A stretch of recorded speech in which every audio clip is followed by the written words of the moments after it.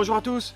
Eh bien, on est à nouveau bloqué au pied de la Norvège. On n'a pas été plus loin. En fait, il y a 11 mois, on a déjà été bloqué au pied de la Norvège, au Danemark. Vous vous souvenez, on est monté tout au nord du Danemark pour prendre le ferry et là, le Covid a fait non, non, non, non, non, vous passez pas. Enfin, nous on pouvait, mais pas les enfants. Voilà, c'était une histoire, les enfants pas vaccinés, nous vaccinés. Et cette fois-ci, on est en Suède, en dessous du Göteborg, mais on est à nouveau bloqué, mais pas pour la même raison. Cette fois-ci, on a tout simplement perdu nos cartes de banque. Alors, on n'a pas tout à fait perdu les cartes de banque. On en avait deux cartes Visa. On en a perdu une et on s'est fait hacker l'autre. Donc ouais, et des voyageurs autour du monde sans carte de banque, c'est un peu problématique quand même.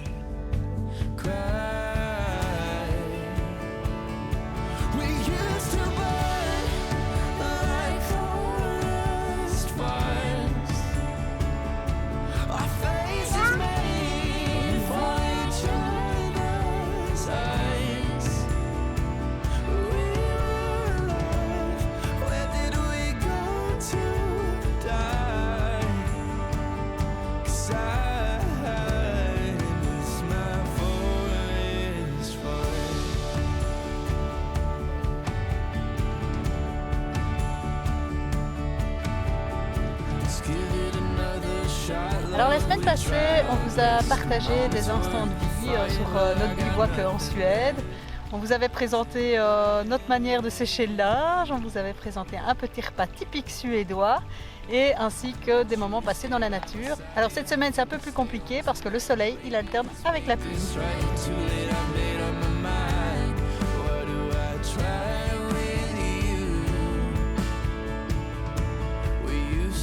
Ça me fait rire parce que j'essaie de faire de mettre le plan droit.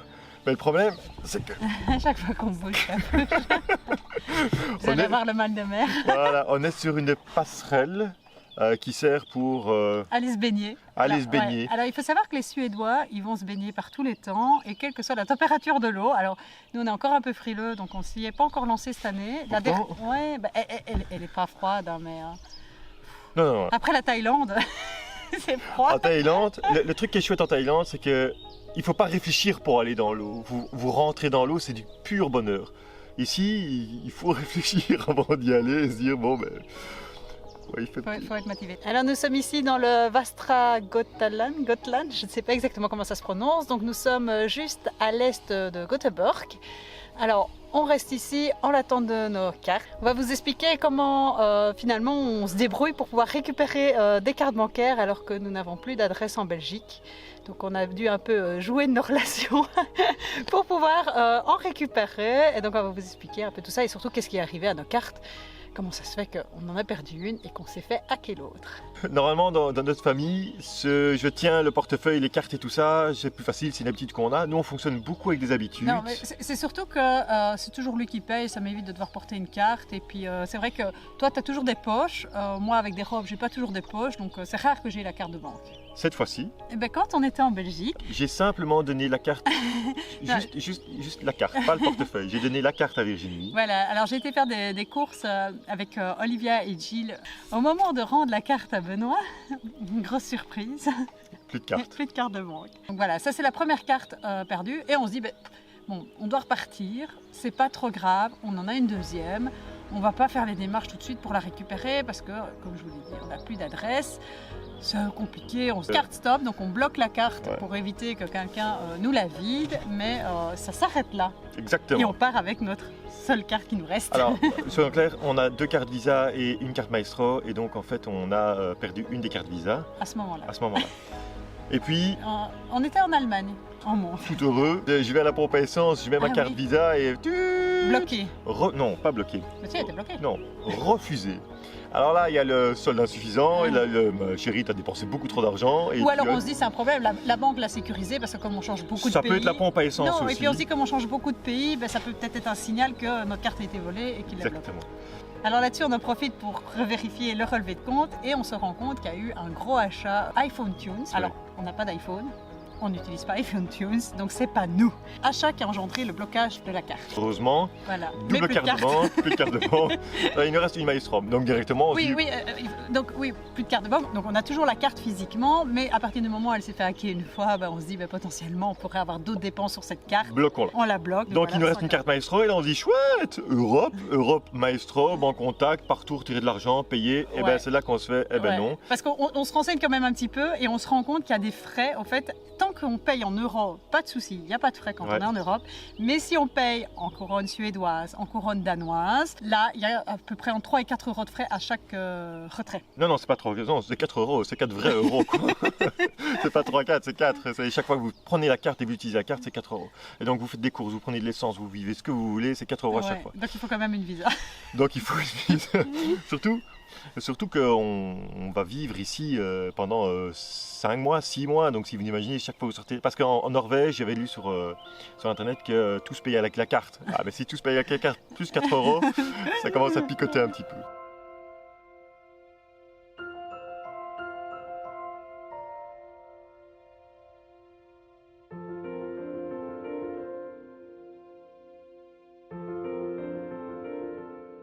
Le moyen qu'on a trouvé pour pouvoir se faire livrer les cartes, c'est d'utiliser notre ancienne adresse, qui est en fait l'adresse d'ouverture des comptes. Et donc voilà, la banque a bien voulu nous livrer les cartes à notre ancienne adresse. Évidemment, alors il faut s'arranger avec les nouveaux propriétaires et notamment aussi notre ancienne voisine pour pouvoir après se faire livrer les cartes ailleurs. Alors jusque-là tout va bien parce qu'on a des très bons contacts avec eux. D'ailleurs, un grand merci à eux pour toutes les démarches qu'ils ont fait pour qu'on puisse récupérer des cartes. Alors, une fois que ça est fait, voilà, les cartes sont arrivées chez eux avec les codes. Il a fallu les faire livrer sur notre parcours. Lorsque nous étions au Danemark, on a essayé de trouver une adresse de livraison au Danemark pour que notre ancienne voisine puisse nous envoyer les cartes. Alors on a essayé de contacter la poste danoise, voir s'il n'y avait pas moyen de se faire livrer via la poste simplement. C'est très compliqué, une fois qu'on a essayé de les appeler, au fait leur menu est en danois, pas moyen de comprendre, pas moyen de passer une version anglaise, il y a trop de choix. Franchement, on s'en sortait pas. Alors on s'est dit, c'est pas grave, on va essayer plutôt alors en Suède, parce que tant qu'à être bloqué, on préfère être bloqué en Suède qu'au Danemark. C'est là qu'on a appelé nos connaissances suédoises, qu'on avait rencontrées quand on faisait le Saint-Jacques-de-Compostelle. Donc ils nous avaient pris en bateau-stop à l'époque. Et donc voilà, c'était l'occasion finalement de voir avec eux s'ils n'avaient pas une solution. Eux n'habitent pas du tout dans le bas de la Suède, mais ils habitent au-dessus de Stockholm. Et donc voilà, c'est pourquoi on est bloqué ici dans la région de Göteborg en attendant enfin l'arrivée des cartes. Sur le site de la Poste, il est marqué que ça se fait en 4 jours en moyenne vers la Suède. Maintenant, pas de chance pour nous, c'est le week-end de l'Ascension. Donc les délais sont beaucoup plus longs. Donc voilà, on patiente en attendant. On découvre tous les bivouacs aux alentours. Donc voilà, on en profite.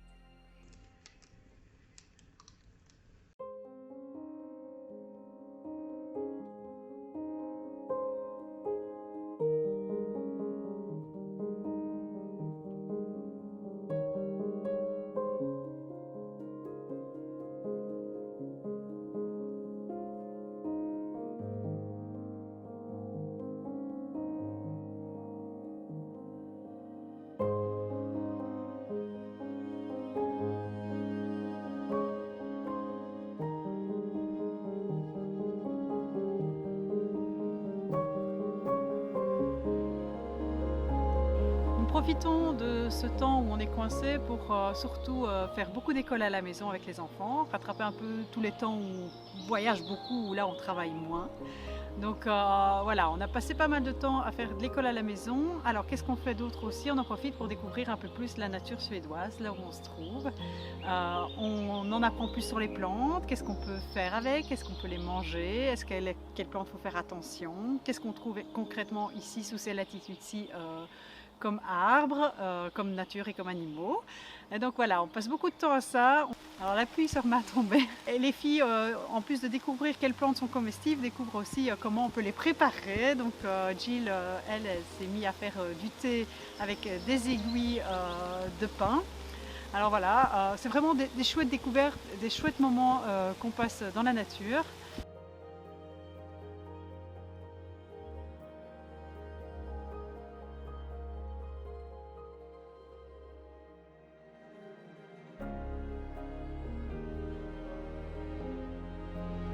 Alors voilà, nous avons enfin pu récupérer nos cartes, elles sont bien arrivées en Suède. Il est temps de reprendre la route et de dire au revoir à cette région de Göteborg. Et maintenant, on va enfin découvrir les paysages norvégiens, on a hâte.